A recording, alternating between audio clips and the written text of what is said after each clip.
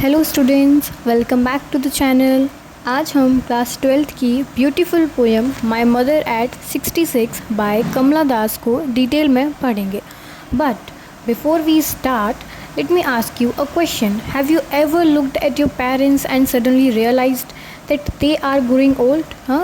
It's a feeling that can make us emotional and even a little scared. Kamala Das felt the same emotion during a simple journey with her mother, and she beautifully expressed it in this poem. So in this video we will cover the summary, line by line explanation, poetic devices, themes, important phrases. Let's get started.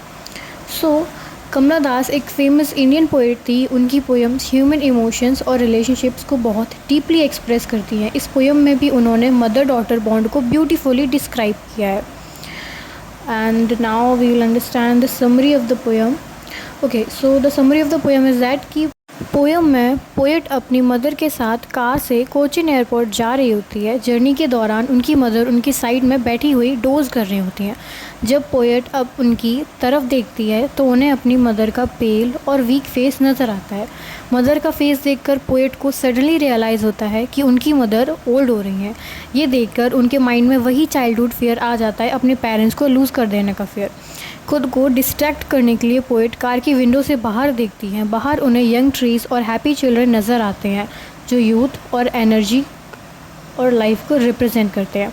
Airport पहुंचने के बाद जब poet अपनी mother को फिर देखती हैं तो उनका फेस उन्हें लेट विंटर्स मून की तरह पेल और वीक लगता है। लेकिन अपनी सैडनेस को हाइड करते हुए पोएट स्माइल करती हैं और अपनी मदर को गुड बाय कहती हैं।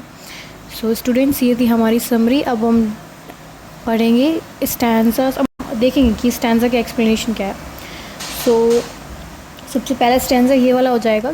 Driving from my parents home to Cochin. Poet अपनी मदर के साथ एयरपोर्ट जा रही है।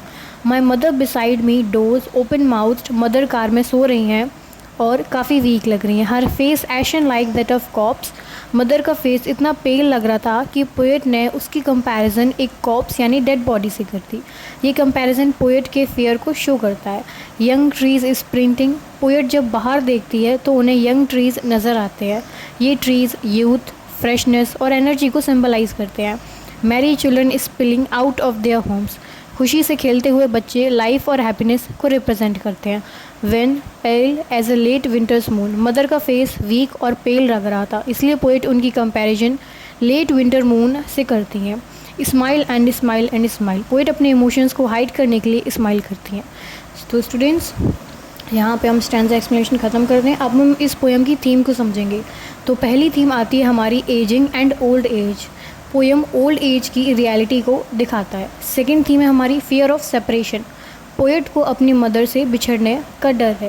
थर्ड थीम है हमारी मदर डॉटर बॉन्ड। मदर और डॉटर की स्ट्रॉन्ग इमोशनल कनेक्शन को शो किया गया है। और फोर्थ थीम है हमारी लव एंड केयर। पोएट का अपनी मदर के लिए कंसर्न क्लियरली दिखाई देता है। तो स्टूडेंट्स, अब हम पढ़ेंगे पोएटिक डिवाइसेस। सबसे पहला पोएटिक डिवाइस है हमारा सिमिली। ये आता है 2 लाइन्स में। पहली लाइन है face ashen like that of corpse. इसमें मदर के फेस की कंपैरिजन कॉप से की गई है। और सेकंड लाइन आती है हमारी like a late winter moon. इसमें मदर के फेस की कंपैरिजन विंटर मून से की गई है। ठीक है, तो इसलिए इसमें पहला हो जाएगा सिमिली पोएटिक डिवाइस। सेकंड हमारा पोएटिक डिवाइस है वो है पर्सोनिफिकेशन। पर्सोनिफिकेशन के लिए यहाँ पे क्या यूज़ किया गया है, देखो, यंग ट्रीज इज प्रिंटिंग। इसमें ट्रीज़ को ह्यूमन क्वालिटी दी गई है, इसीलिए यहाँ पे पर्सोनिफिकेशन होगा। थर्ड है हमारा रिपीटिशन। ये जो लाइन है smile and smile and smile, smile word repeat हुआ है एम्फेसिस क्रिएट करने के लिए। ठीक है, तो स्टूडेंट्स, यहाँ पे हमारे पोएटिक डिवाइसेस ख़त्म होते हैं। इंपॉर्टेंट वर्ड्स एंड मीनिंग मैं डिस्क्रिप्शन में डाल दूँगी। अब हम देखेंगे कि इस पोएम का मैसेज क्या था। तो इस पोएम का मैसेज ये है that the poem teaches us that ageing is a natural part of life. It also shows that no matter how old we become, we always care deeply for our parents and fear losing them. So the conclusion of the poem is that My Mother at 66 is a beautiful and emotional poem that highlights a daughter's love, concern and fear for her aging mother.